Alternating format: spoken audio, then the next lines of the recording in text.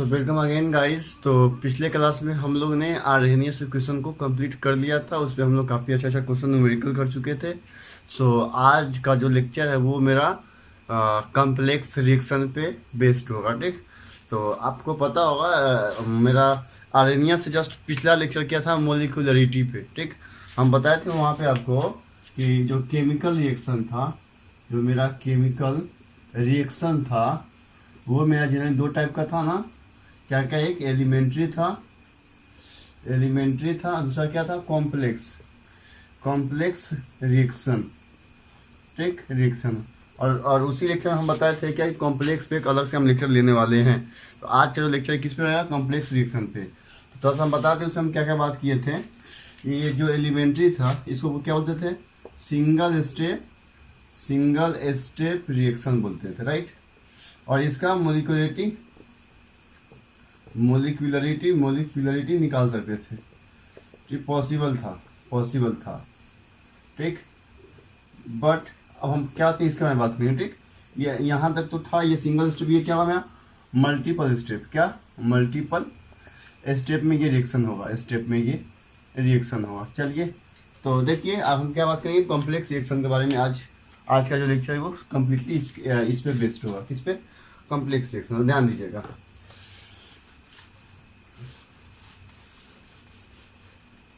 Complex reaction जो है, complex reaction है, पॉइंट ध्यान दीजिए। पहला क्या है, इसको बोलते हैं multiple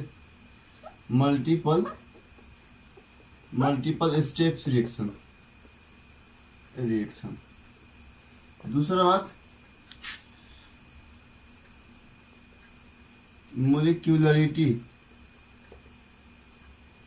can not find but every step we can find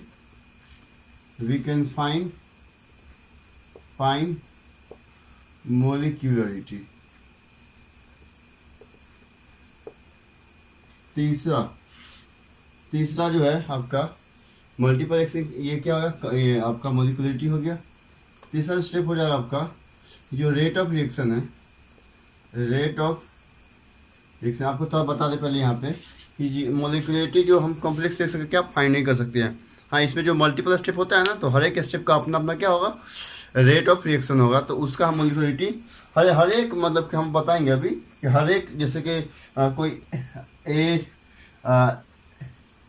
मान लीजिए A2 + B2 है। ठीक ना, क्या बन गया मेरा, 2AB बन गया। ठीक, हाँ, तो यहाँ पे क्या होगा, ये मेरा क्या है, ये मेरा रिएक्शन। इसमें कौन कौन स्टेप रहा देख लीजिए आप यहाँ पे कि A + AB, A to B, फिर AB + इस तरह से A to B प्लस यहाँ पे इस तरह से A2 मान, यहाँ पे B2 मान लीजिए, क्या हो जाएगा यहाँ पे 2AB। ठीक, इसको K1, इसको मान लीजिए K2। तो हर एक देखिए ये यहाँ देखिए, इसमें ना आपका हर एक स्टेप क्या होगा, हर एक स्टेप एक एलिमेंट्री स्टेप मान जाएगा। तो ये एक एलिमेंट्री स्टेप, इसका हम निकालना क्या, मोलिकुलरिटी। तो बताए थे जब भी किसी का निकालना मोलिकुलरिटी किसका, एलिमेंट्री स्टेप का, तो उसका क्या देखते हैं हम लोग, कोफिशिएंट देखते हैं। इसका कितना कोफिशिएंट है, 1 है। इसका भी कितना कोफिशिएंट है, 1 है। तो इसका कितना होता है मोलिकुलरिटी, कितना हो जाएगा, 2 हो जाएगा। और इसका भी कितना होगा, 1, और यहाँ भी 1।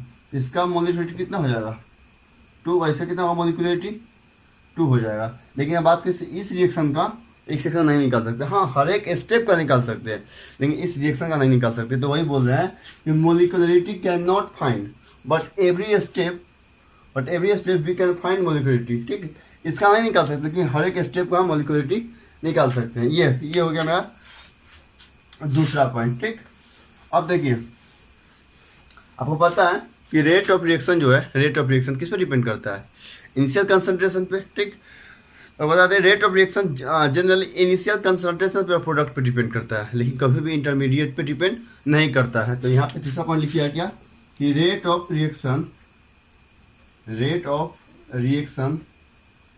Does not depends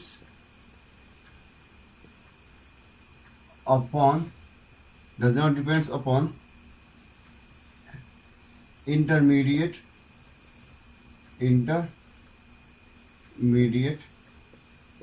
part of reaction. ठीक, या तो यहाँ क्या जो रेट था हम बताए थे ना, रेट क्या था आपका, बोलते हैं कंसंट्रेशन पावर क्या होता है, एन होता है ना। ये क्या था, इनिशियल प्रोडक्ट हो सकता है, यहाँ पे कोई दिक्कत नहीं है, लेकिन कभी भी इंटरमीडिएट यहाँ पे नहीं आएगा, यहाँ पे कभी भी इंटरमीडिएट नहीं आएगा। ठीक, अब ये मेरा कहने का क्या मतलब है ये हम बताएंगे, ठीक ना। तो पहले इतना को आप नोट कर लीजिए जल्दी से, इतना को आप नोट कर लीजिए।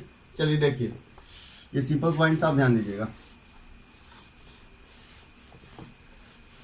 और एक और पॉइंट लिख सकते हैं इसमें, चौथा पॉइंट एक और ऐड कर लीजिए कि जब भी हम बात करें कॉम्प्लेक्स सेक्शन में, क्या कॉम्प्लेक्स सेक्शन में, तो जो कॉम्प्लेक्स सेक्शन होगा ना, तो इसमें क्या होगा कि द रेट ऑफ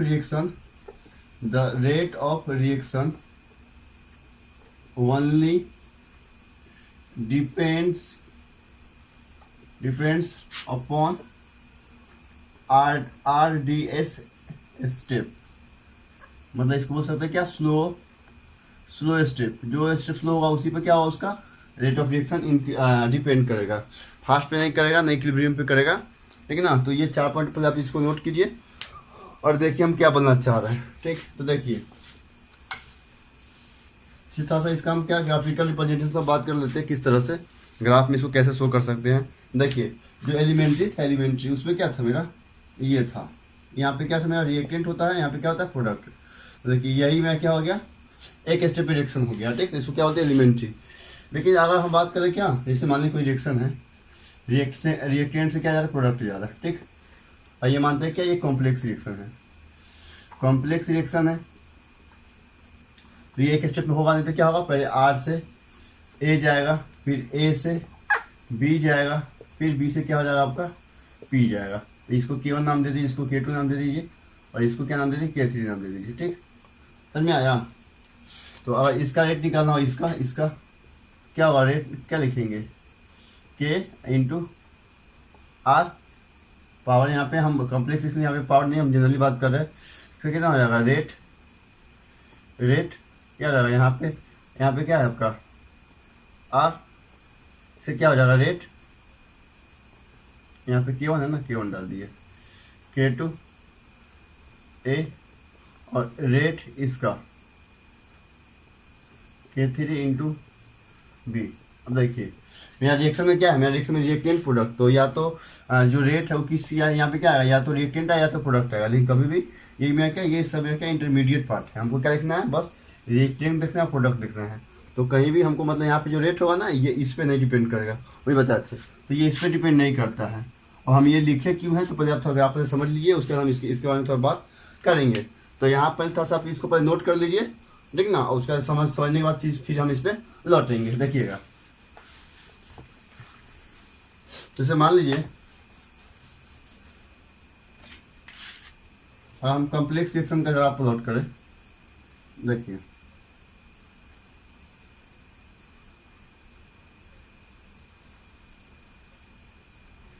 तो यहाँ पे मान लीजिए क्या रिएक्टेंट है, क्या आपका प्रोडक्ट है।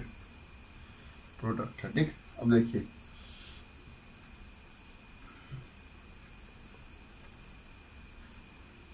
इसको A इसको B दे दीजिए, जो अभी ये है ना रिएक्टेंट से प्रोडक्ट है, ये मेरा ये है। इसमें क्या क्या मेरा स्टेप, R से A गया, A से B गया, और B से क्या गया, मेरा प्रोडक्ट गया। ठीक, तो देखिए तो इसके लिए किसका है, इसको मान लीजिए EA1, इसको नाम दे दीजिए EA2, इसका नाम दे दीजिए आप इस तरह से EA3, राइट। अब देखिए हम बात करें कि सबसे ज़्यादा एक्टिवेशन एनर्जी किसका है, R से A जाने में क्या है, उसका एक्टिवेशन एनर्जी क्या है, सबसे ज़्यादा है। मतलब रिएक्शन क्या होगा, रिएक्शन फास्ट रहा होगा, स्लो रहा होगा, इसका एक्टिवेशन क्या हो जाएगा, स्लो हो जाएगा ना। ठीक, जिसका एक्टिवेशन ज़्यादा उसका रिएक्शन क्या होगा, स्लो हो जाएगा। और देखिए यहाँ पे देखा जाए तो सबसे कम किसका है, तो A से ऐसे किस पे जाने हैं, बी में जाने थे। उसका ये क्या है, क्या स्लो है या डिक्रीज कर रहा है, स्लो है। ये क्या है, हाँ ये लेस है, तो क्या हो जाएगा आपका रिएक्शन, क्या हो जाएगा, फास्ट हो जाएगा।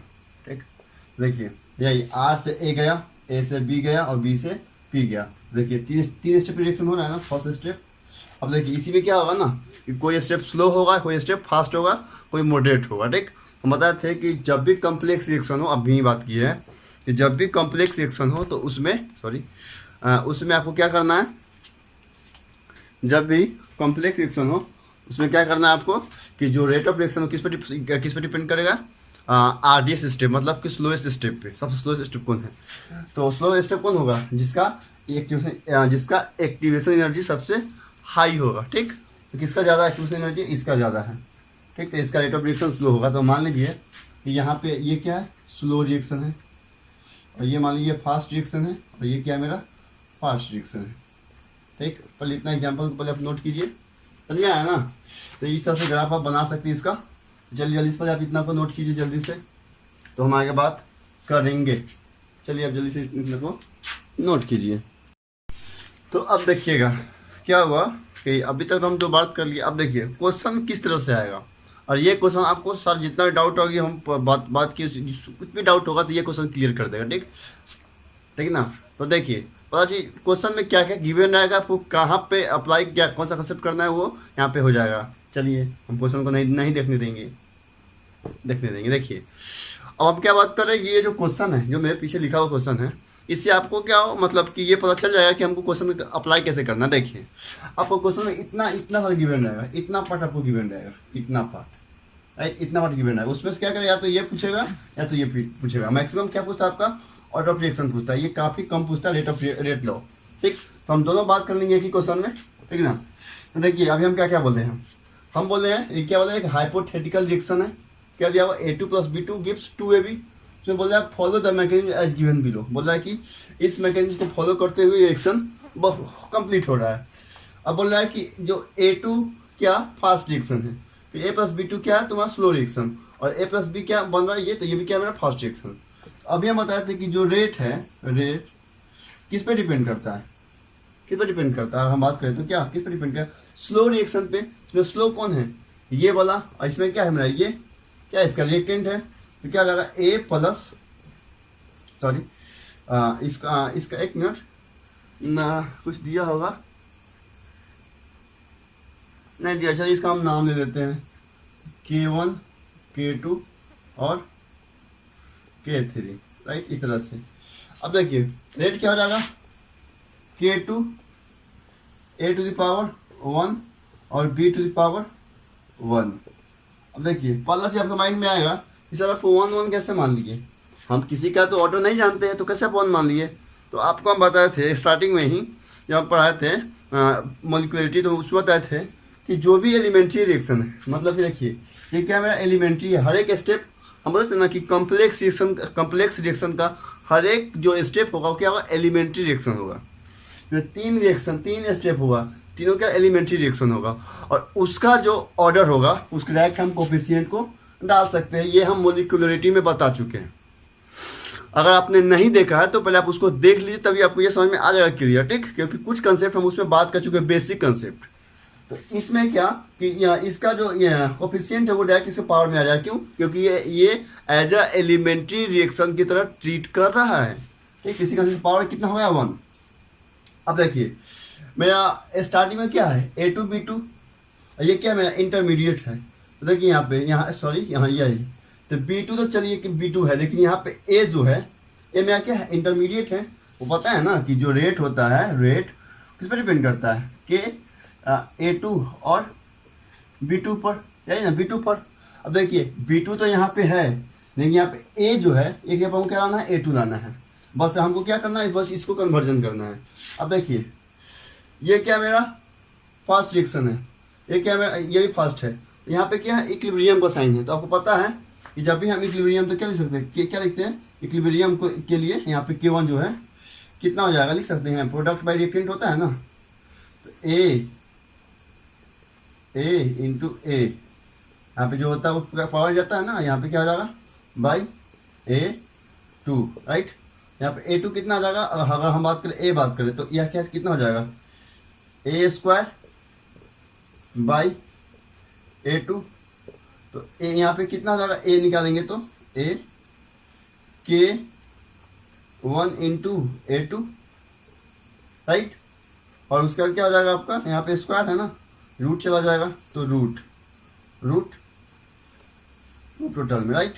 अब क्या करना है आपको इस रिएक्शन में, किसमें, इसमें आपको एक यहाँ पर क्या डाल देना है, इतना वैल्यू डाल देना है। देखिए यहाँ पे क्या हो जाएगा, रेट इक्वल टू K2, इसके यहाँ पर कितना है आपका रूट K1 इंटू इसको बोल सकते हैं क्या, इसको बोल सकते हैं A2 की पावर 1/2 और कितना है आपका यहाँ पे पहले से B2, कितना है B2, यहाँ पे कितना है 1।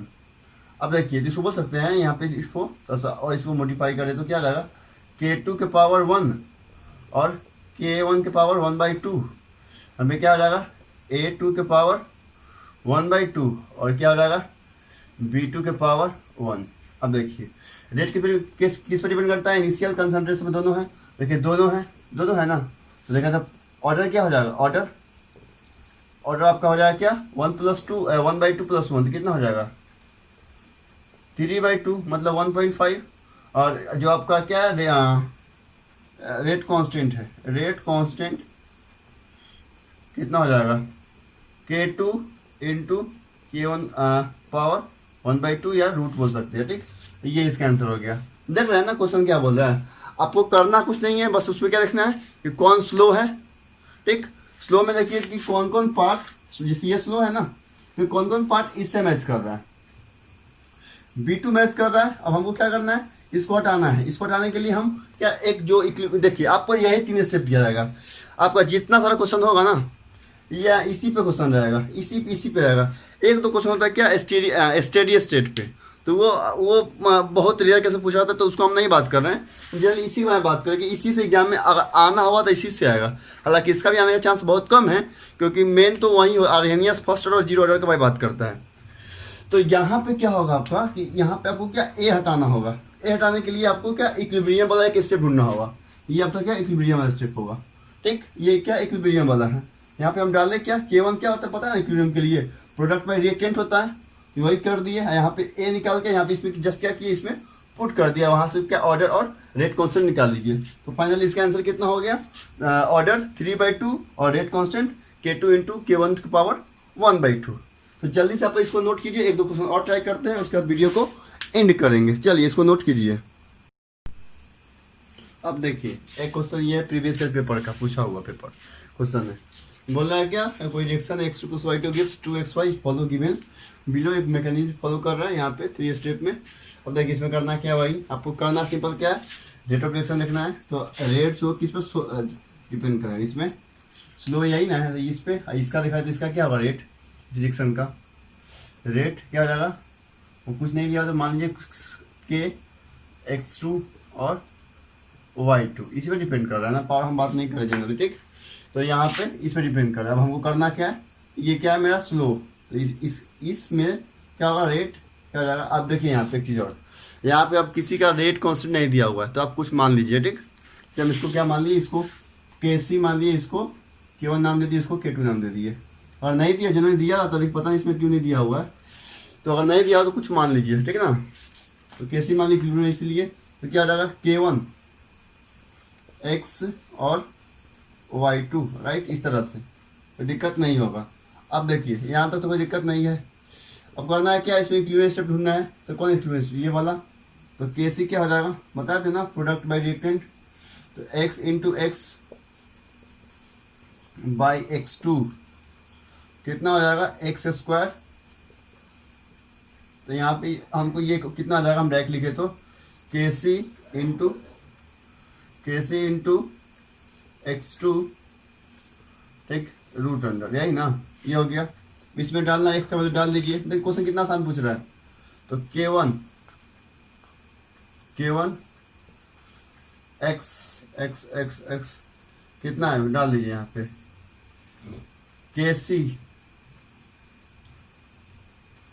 KC into x2 root under into क्या है मेरा y2, तो कितना हो जाएगा rate k1 into root kc into x to the power 1/2 और y टू द पावर 1, और ये कितना हो जाएगा 1/2 + 1 कितना 1.5, कितना क्वेश्चन है 1.5। तो ये क्वेश्चन प्रीवियस पेपर का क्वेश्चन पूछा हुआ था, आईटी का क्वेश्चन था।